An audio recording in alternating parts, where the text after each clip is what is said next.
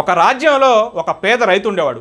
ఒకరోజు ఆ పేద రైతు రాజుగారి దగ్గరికి వెళ్ళి, రాజుగారు నేను వ్యవసాయం చేసుకోవాలనుకుంటున్నాను, కొంత భూమి ఇస్తారా అని చెప్పి రాజుగారిని అడుగుతాడు.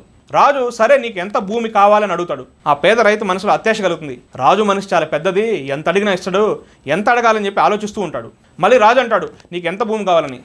ఇతనేమో ఆలోచిస్తూ ఉంటాడు. అప్పుడు రాజు అంటాడు సరే ఒక పని చేయి, నీకు ఎక్కడైతే భూమి కావాలో అక్కడి నుండి నువ్వు ఎంత దూరం అయితే పరిగెత్తుతావో అంత భూమి నీదే.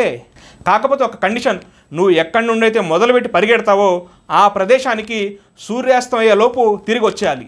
సరే అని చెప్పి అతను అక్కడి నుండి పరిగెత్తడం మొదలు పెడతాడు. పరిగెడతాడు, ఇంకా కావాలి, ఇంకొద్ది కావాలని చెప్పి పరిగెడుతూ ఉంటాడు. చాలా దూరం వెళ్ళిపోతాడు.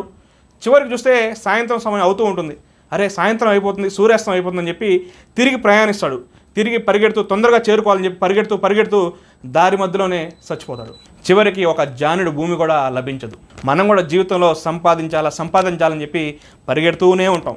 చివరికి బీపీ, షుగర్ అని చెప్పి రోగాలు తెచ్చుకొని సంపాదించిన డబ్బంతా హాస్పిటల్కి పెడుతూ ఉంటాం. సంపాదించాలి కానీ మనిషికి అత్యాశ ఉండకూడదు. అంత పరిగెత్తి సంపాదించి చివరికి అది మనం కూడా అనుభవించాం. మన పిల్లలు మంచోళ్ళు అయితే దాన్ని కాపాడుకుంటారు, ఎదవలైతే దాన్ని 4 రోజుల్లోనే నాశనం చేసేస్తారు.